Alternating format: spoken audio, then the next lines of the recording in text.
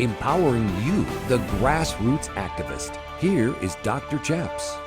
Welcome back. I'm Dr. Chaps, joined again by Josh Bernstein, who is observing now the political back and forth between President Trump and California, or generally New York, Governor Cuomo. As we emerge out of the COVID crisis, President Trump is now going on the offense, for example, ordering churches must be opened as essential services. Is it time? No, absolutely. It was way past time. You know, this economy cannot fully come back until these blue states are forced to reopen. And hopefully President Trump is working on that, perhaps even, sending immediate cases to the Supreme Court in order to get this country reopened. The sad reality is that many of these Democratic governors don't care about their constituents. They don't care about their fellow Americans that they're supposed to govern over, as long as it hurts President Trump. They think that it's going to give them an advantage for 2020. That's the reality of why they are not reopening. It has nothing to do with, this Chinese flu. And so they're using it as an opportunity to stop his rallies. They're using it as an opportunity to, again, keep the economy from coming back. But I think when you look at what President Trump is doing now, he's fighting against the one thing that the Democrats want to use to steal this election, and that is mail-in voting, which, by the way, is the hardest crime to prosecute and one of the hardest to detect. And that's why the left wants to do it. They know that Dementia Joe cannot beat President Trump one-on-one in a presidential election. So they're trying to change the rules. They're trying to move the goalposts in the middle of the game. And they're trying to get mail-in voting. Well, President Trump is intelligent enough to understand their scam, and he's not going to allow it to happen. But this is what they are pushing for. So when he called them out, rightfully so, on Twitter, now they're trying to shut him down. But you know what? He's going to plan on passing this executive order. I believe he's going to either repeal parts of Section 230 of the Communications Decency Act. The bottom line is you have one choice, not two choices. You're either a publisher or you're a platform. Now, I covered this back in 2017, 3 years ago, when I talked about how Section 230 of the Communications Decency Act was allowing the censorship in which YouTube was perpetrating, certainly on me at that time, because that's about the time when I became demonetized on my own channel. So I hope he's going to do something about it. The Earn It Act from Josh Hawley certainly seems like another avenue to go down as well. So protect our right to freedom of speech. We have seen mail-in only balloting in Colorado, which was enacted over 6 years ago, completely transform the voting landscape. We used to have Republican Senate, or at least sometimes the Republican House, very rarely a Republican governor, but nothing since mail-in balloting was enacted. It's gone totally left.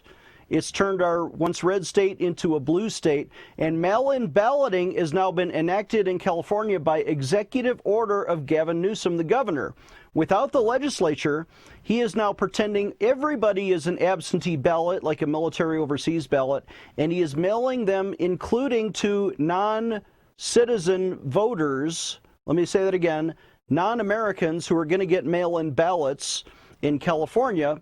And of course, President Trump and the RNC are suing. Is there any chance they can walk this back? Well, look, I think President Trump and his administration, his legal counsel, is looking at it. And from the people that I have heard from and have talked to, they're taking this very seriously. So I would assume in the very, very near future, depending on the volatility level of them pushing this, you may see a Supreme Court case, certainly before the election, hopefully shooting down this ability. Because what they're doing is they're hiding behind the guise of the coronavirus, saying that, oh, it's just too dangerous for us to go to a polling location. And that's not the truth, of course. So the bottom line is we can go to the polling stations, we can vote, and we should vote. Now, for the folks that are out there, especially if you're in a swing state or a blue state for that matter, I give you a suggestion. figure out a way to work at your local precinct. Become a precinct committee member, work at the polling stations, contact the recorder's office, find out what they're doing, and we need more eyes on these polling stations. And President Trump, if he was really smart, he would do an executive order and he would put ICE agents on election day and maybe 2 to 3 days beforehand in many of these swing state districts that will be the outcome of this election. So I want to read a section of California law. Back in 2016, President Trump tweeted that up to 3 million non-citizens may have voted in the California elections, Mexicans voting for the American president in California. But the mainstream media says, no, there's no evidence of this. I'm just going to read you a section of California's motor voter law. As you know, Mexicans, non-citizens, can get a driver's license in California because that's how a lot of them get back and forth to work. You can get a California driver's license, but then with the motor voter law, they must be registered to vote and cannot be prosecuted if they vote illegally. Here's what the law says. If a person who is ineligible to vote in California becomes registered to vote pursuant to this chapter and votes or attempts to vote in an election held after the effective date of their registration, that person shall be presumed to have acted with official authorization and shall not be guilty of fraudulently voting or attempting to vote pursuant to Section 18560 unless that person willfully votes or attempts to vote knowing that he or she is not entitled to vote, end quote. So you can never prosecute a non-citizen for voting if they didn't know better. Yeah, and if you notice the language in which that was constructed and written, it basically puts the bar so high to even try to prosecute somebody. And then of course you would have civil rights activists saying, oh, the only reason you're prosecuting them and you don't want them to vote is because, they're Mexican or they're Hispanic or whatever. And of course, we know that that's just the race card, and that's not true. Look, I've said this many times. President Trump should completely cut off any blue state that has a sanctuary city in it. And I mean cut them off completely. No police, no fire, no public services, nothing. Let them starve.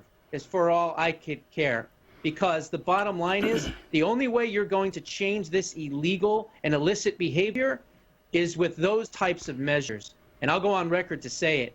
We need to cut off these sanctuary cities completely. Let them starve. Let them get to a point where it's so bad that they'll either, completely succumb and get rid of their policies and actually follow federal immigration law, or the people will riot and probably take over their own governorships. And who knows, maybe some of those blue states will eventually turn red. Sometimes when you're dealing with people that will not follow the law, drastic measures may be needed.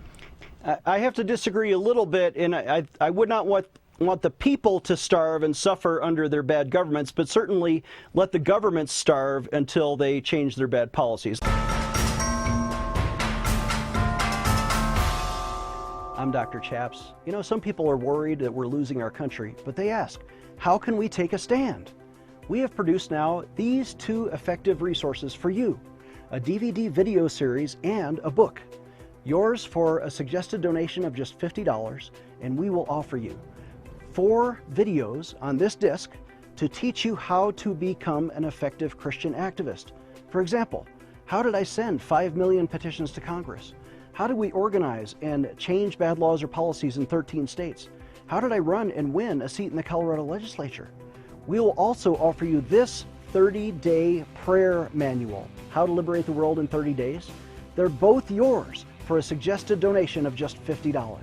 Visit our website, prayinjesusname.org, or write to the address on your screen, or better yet, pick up the phone and call us at 866-OBEY-GOD.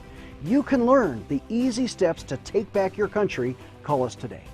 Dr. Chaps needs your financial support to stay on the air. Would you please send your best donation today? Please visit prayinjesusname.org to donate online. Or you can mail a check to Pray in Jesus Name Ministries, Post Office Box 77077, Colorado Springs, Colorado 80970. You can also call us toll-free right now at 866-OBEY-GOD. That's 866-OBEYGOD. Please sign up for our free emails at prayinjesusname.org. Again, that's prayinjesusname.org.